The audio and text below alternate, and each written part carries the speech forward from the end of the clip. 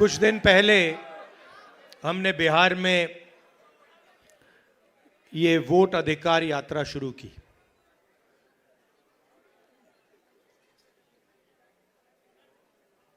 ये काफी लंबी कहानी है, क्योंकि कुछ सालों से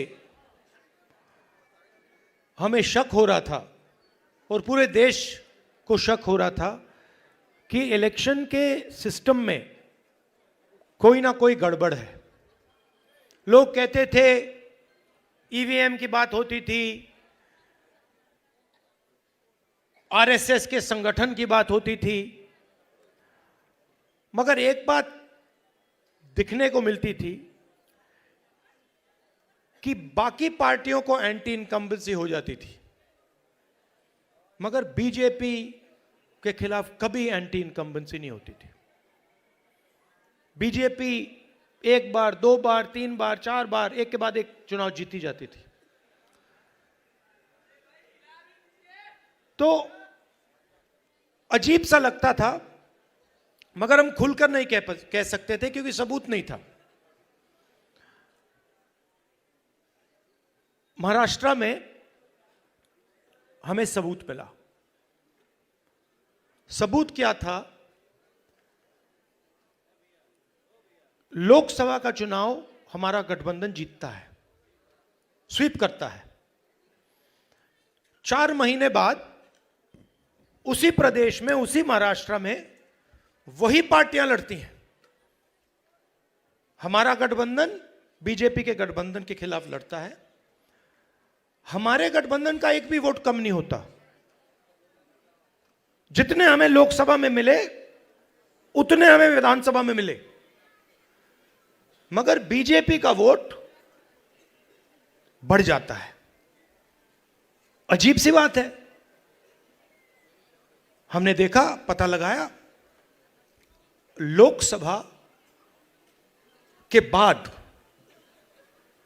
तकरीबन 1 करोड़ नए वोटर, 1 करोड़ नए वोटर इलेक्शन कमीशन ने लिस्ट में डाले।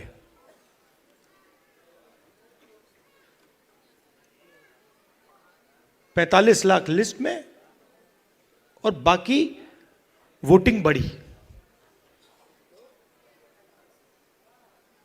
सारे के सारे जो वोटर, नए वोटर थे, सारे के सारों ने बीजेपी को वोट दिया। और जहां भी नए वोटरों ने बीजेपी को वोट दिया, वहां बीजेपी ने चुनाव जीता। हम गए इलेक्शन कमीशन से, हमने पूछा, बताइए कौन है ये लोग, ये नए वोटर जो हैं, ये टर्नआउट जो बड़ा है, ये कौन है? हमें इनके नाम दीजिए, वोटर लिस्ट दीजिए। कहते नहीं देंगे। फिर हमने उनसे कहा, देखिए इतना वोट पड़ा है, इतना टर्नआउट बढ़ा है, 5:30 बजे के बाद इतने वोट गिरे हैं, हमें आप कैमरा दिखाइए, वीडियो कैमरा दिखाइए, वीडियो फीड दिखाइए। कहते नहीं, हम नहीं दिखाएंगे। फिर क्या करते हैं? कानून बदल देते हैं और 45 दिन के अंदर वीडियो फीड को डिस्ट्रॉय कर देते हैं। फिर हमने कर्नाटक में अपनी टीम से कहा कि देखिए, आप एक लोकसभा चुनिए और उसमें गहराई से देखिए, मैग्नीफाइंग ग्लास को लेके हर पेज को देखिए और बताइए यहां पे हुआ क्या। इलेक्शन कमीशन हमें इलेक्ट्रॉनिक वोटर लिस्ट नहीं देती, तो 8-10 फुट ऊंची बोरी कागजों की, 200-300 किलो की, हमारे 40 लड़कों ने 4 महीने 16 घंटे काम किया। वोटर लिस्ट में एक फोटो को लाखों फोटो से मिलाया, एक नाम को लाखों नामों से मिलाया, एक एड्रेस को बाकी एड्रेसेस से मिलाया, और सच्चाई निकली। सच्चाई क्या थी? सच्चाई थी कि 7 सीटें हैं बेंगलोर सेंट्रल में, 6 कांग्रेस पार्टी जीतती है। 7वीं सीट में एक विधानसभा में 1 लाख फर्जी वोटर, 1 लाख। और जहां फर्जी वोटर थे, जिस असेंबली में फर्जी वोटर थे, वहां बीजेपी जीतती है। वो सारे के सारे 1 लाख जो वोट थे, उसके कारण बीजेपी लोकसभा का चुनाव जीत गई। मैंने प्रेजेंटेशन किया। अच्छा, मैं आपसे एक बात पूछना चाहता हूं, आपका नाम क्या है? कुमार जी, अगर मैंने आपसे कहा कि आप चोर हो और अगर आपने चोरी नहीं की तो आप क्या करोगे? सबसे पहले आप कहोगे खबरदार, तुम्हें मुझे चोर बुलाया, बोलोगे ना? ठीक है। अगर आपने चोरी की होती और मैंने कहा चोर हो, तो आप चुप बैठोगे? क्यों नहीं बैठेगा? अगर चोरी की है और मैं कहूंगा चोरी की है, बिल्कुल चुप हो जाएगा, एक शब्द नहीं बोलेगा। अगर मैं आरोप लगा रहा हूं प्रधानमंत्री पे हर रोज कि तुम वोट चोर हो, प्रधानमंत्री चुप क्यों है? प्रधानमंत्री एक शब्द क्यों नहीं बोल रहा? क्योंकि प्रधानमंत्री वोट चोर है और वो जानता है कि हमने उसको पकड़ लिया है।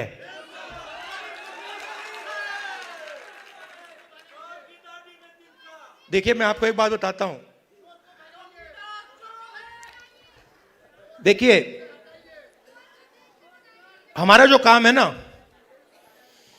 मेरा जो काम है, मेरे बारे में आप दो चीजें समझ लीजिए। सबसे पहले, अगर मैंने किसी चीज के बारे में मन बना लिया तो फिर मन बना लिया। और दूसरी चीज, मैं सुपरफिशियल बात नहीं करता हूं, मैं गहराई से चीजों को समझकर काम करता हूं। अब आप एक बात समझिए और सुनिए। जब वोट चोरी होती है तो इस संविधान पर आक्रमण होता है। इस संविधान में लिखा है कि हिंदुस्तान के एक नागरिक को 1 वोट मिलेगा, चाहे वो अंबानी हो, चाहे वो सबसे गरीब व्यक्ति हो, किसान हो, मजदूर हो, वोट 1 मिलेगा। माधवापुरम में एक व्यक्ति का नाम 4-5 बार वोटर लिस्ट पे आता है। यह संविधान पर आक्रमण है और यह हम नहीं सहेंगे, यह हम नहीं होने देंगे। अब आप अच्छी तरह सुनिए, और जो मीडिया वाले मित्र हैं, इसको आप अच्छी तरह लिख लीजिए। मैं गहराई में जाता हूं। हमने जो काम माधवपुरा में किया है, उसको हम आने वाले समय में, माधवपुरा में नहीं रुकेगा वो, हम आपको दिखाएंगे, देश को दिखाएंगे।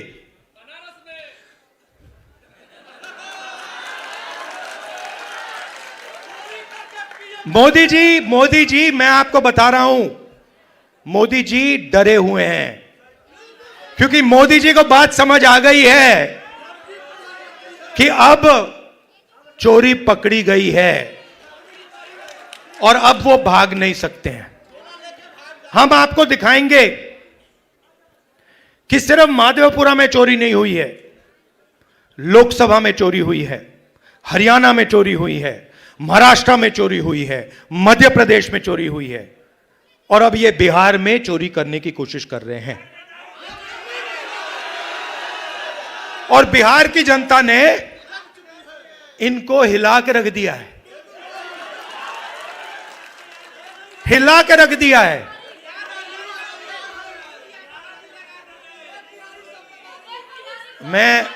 मैं 2-3 बीजेपी के, मैं सुनो, मैं भी बीजेपी के 2-3 एमपीज को जानता हूं। मेरे फोन पे मैसेज आ रहे हैं, आप प्रधानमंत्री को वोट चोर मत कहिए। कैसे मत कहूं भाई, है तो कहना पड़ेगा। अब ये तीर जाके सीधी टारगेट पे लगेगी। आपके गांव के बच्चे, यहां पे तो भैया 6-6 साल के बच्चे बोल रहे हैं वोट चोर वोट चोर वोट चोर, नारा बन गया है। और जो बिहार में शुरू होता है वो पूरे देश में फैलता है, वो रुकता नहीं है। आपने चंपारण में अंग्रेजों से लड़ाई शुरू कर दी, पूरे देश से उनको मिटा के हटा दिया। ये कॉन्स्टिट्यूशन की लड़ाई शुरू कहां हुई थी? चंपारण में ही तो हुई थी,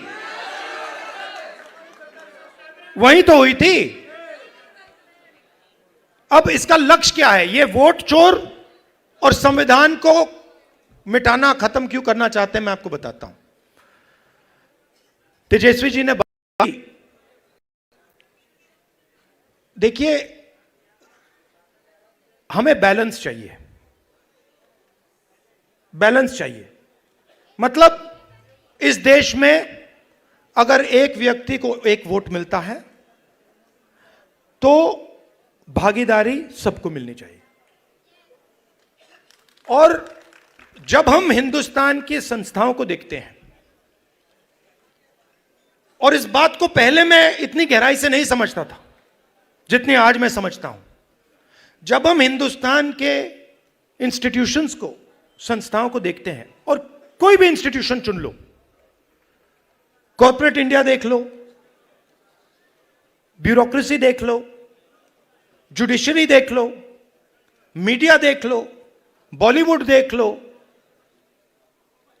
जहां भी आप देखोगे वहां पर आपको दलित, अति पिछड़ा, पिछड़ा, आदिवासी और माइनॉरिटी वर्ग नहीं मिलेगा। आप लिस्ट निकालो, अंबानी अदानी की बात होती है, हर कंस्ट्रक्शन प्रोजेक्ट में, हर इंडस्ट्री में, airport,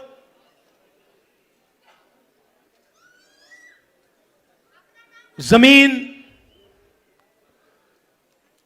solar power, wind power, petrol, diesel, सब में इनके नाम सुनाई देते हैं।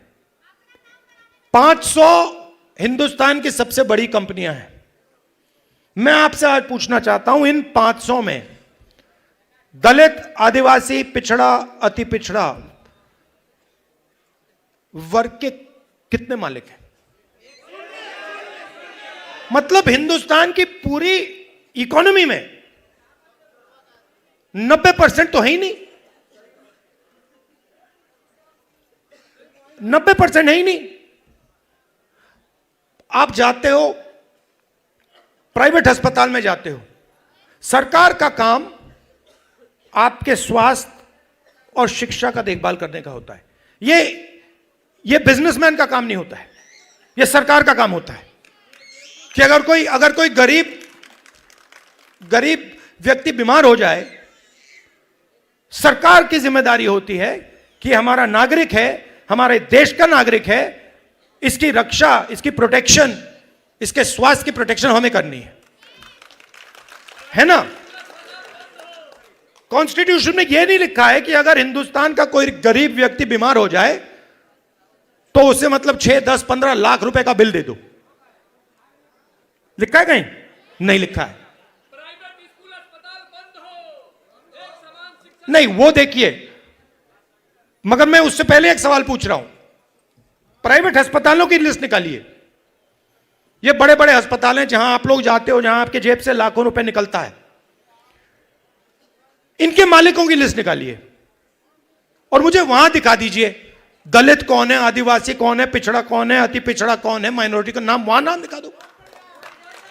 अच्छा ठीक है, आप कहोगे नहीं भैया हमें स्वास्थ्य के कुछ लेना देना नहीं, तो फिर मैं कहूंगा ठीक है भैया, शिक्षा के देख लेते हैं, इंजीनियरिंग कॉलेजेस देख लेते हैं, यूनिवर्सिटीज देख लेते हैं, प्राइवेट यूनिवर्सिटीज, कॉलेजेस जहां आपको लाखों रुपए देने पड़ते हैं अपनी जेब से अपने बच्चों को पढ़ाने के लिए, खेत बेच के।